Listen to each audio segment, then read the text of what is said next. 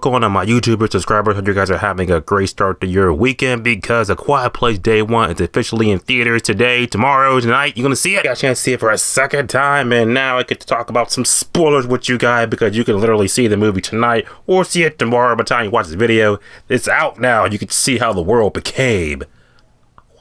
Seeing it for a second time, pretty much just like, my thoughts pretty much remain the same. I do feel like the first Quiet Place still had that lightning in the bottle, like, you can't capture that magic. I do feel like this one is definitely kind of like how it all like went down, stuff like that.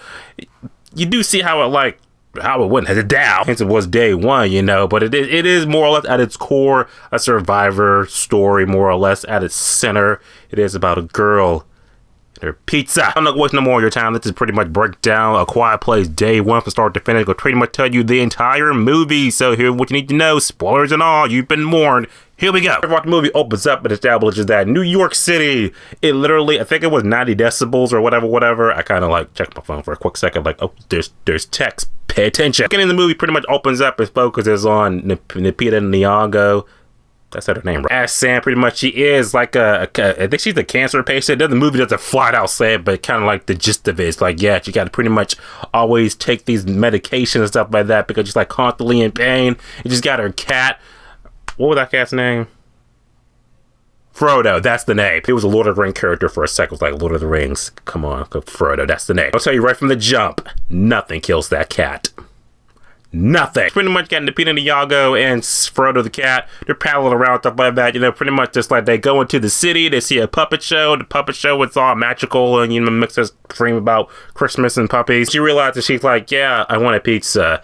And the person that, because they had to come into the city across the bridge, stuff like that, and the person that she came with, she's like, oh, there's all these military vans and sirens and shit blurring. We pretty much gotta get out of New York. Something's about to go down. I literally saw this with my mom, and I was just like, whenever you hear sirens in New York, it's a bad sign.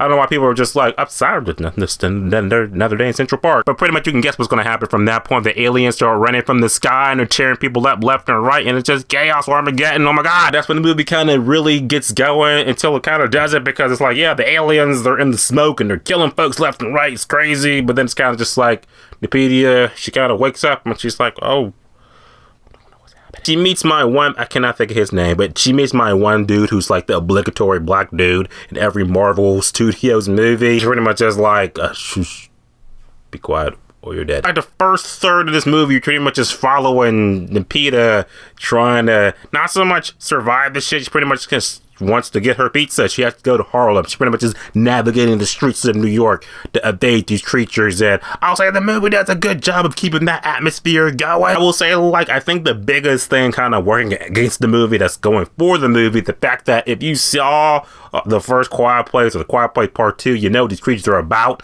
So it's pretty much just like, yeah, you know, they operate off of sound. So it's kind of just like, it doesn't have that mystery element no more, but it still does have that, like, you know, pins and needles, like, oh, don't step on nothing. Do not step on that glass. Oh my god. You still have that, like, kind of edge of your seat kind of tension, stuff like that. I saw the movie in Dolby this time. The sound was jacked up. Creatures start, you know, attacking and shit. It's like, it's loud and it's proud. As you're navigating through New York City, you know, avoiding the monsters, and you pretty much runs into this, what was his name?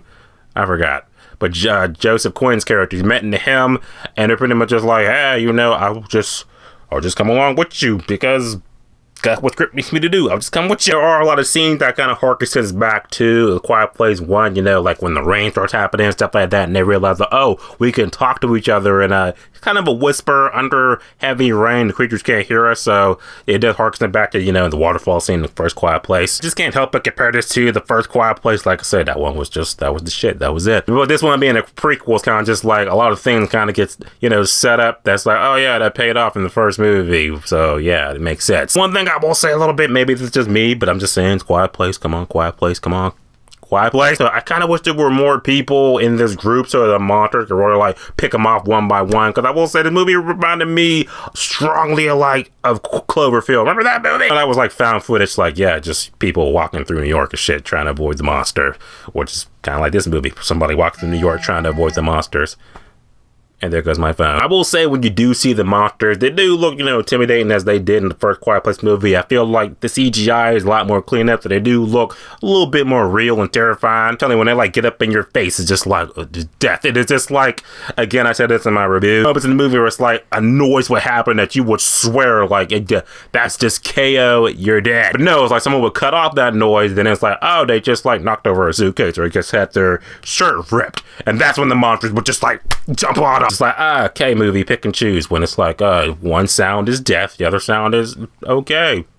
Pick and choose. One new thing we kind of learned about the creatures that we didn't learn in the first two Quiet Place movies, the fact that they can't swim, because there was a sewer level scene in this movie because you got Sam and Joseph Quinn. They're kind of just, going through the sewer or like that. He's getting all claustrophobic, and the creature comes down and swimming after him and shit. So they get away, and the creature just kind of drowns. Just like, oh, they can't swim. And that becomes an important plot point towards the end of the movie, which I think I'll just kind of skip towards, because like I said, the rest of the movie is just them kind of walking through New York. They finally get to the pizza shop. The pizza shop is burnt down. So it's kind of like, well, what was the point of all that anyway? You realize that the point is not so much the destination, it's the journey, because they learned like, you know what, I just wanted to come back home to my roots, to my father who's dead, but to the sound of music when the world was Hakuna Matata. Then they get past all of that, they realize that, oh, there's a boat leaving Manhattan and shit. They gotta get to it, but only one of them can get to it because the cat, the guardian angel cat, the cat never dies. She gives Joseph the cat and everything like that. She's like, oh, you gotta go.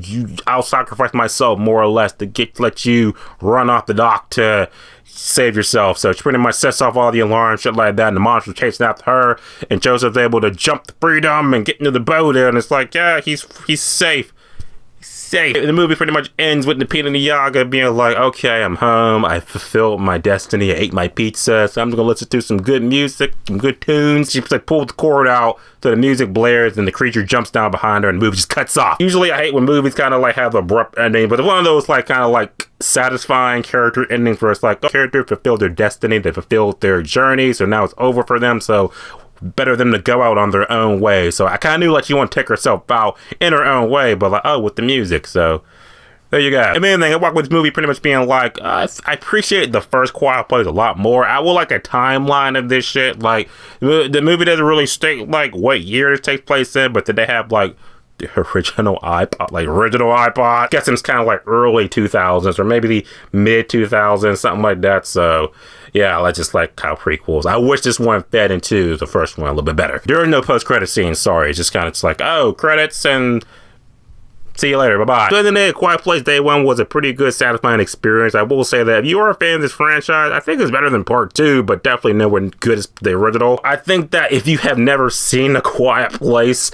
at all, I would definitely suggest watch this one and then watch the first one, so kind of like, okay, now I get the gist of it all, I understand. But it's kind of just like, you saw the original Quiet Place, you saw part 2, now you're like, oh, well, now I know what to expect, more or less. Not breaking no new ground. Probably the best I can say this movie, it doesn't break no new ground, but still exciting summer movie, so check it out. Quiet Place. Quiet Place Day 1, especially in theaters now. You're gonna see it, you're not gonna see it. Type below, let me know your thoughts on it. What was your favorite part, or do you just like, yeah, stop making these movies, move on? Let me know, and as always, subscribe. Until next time.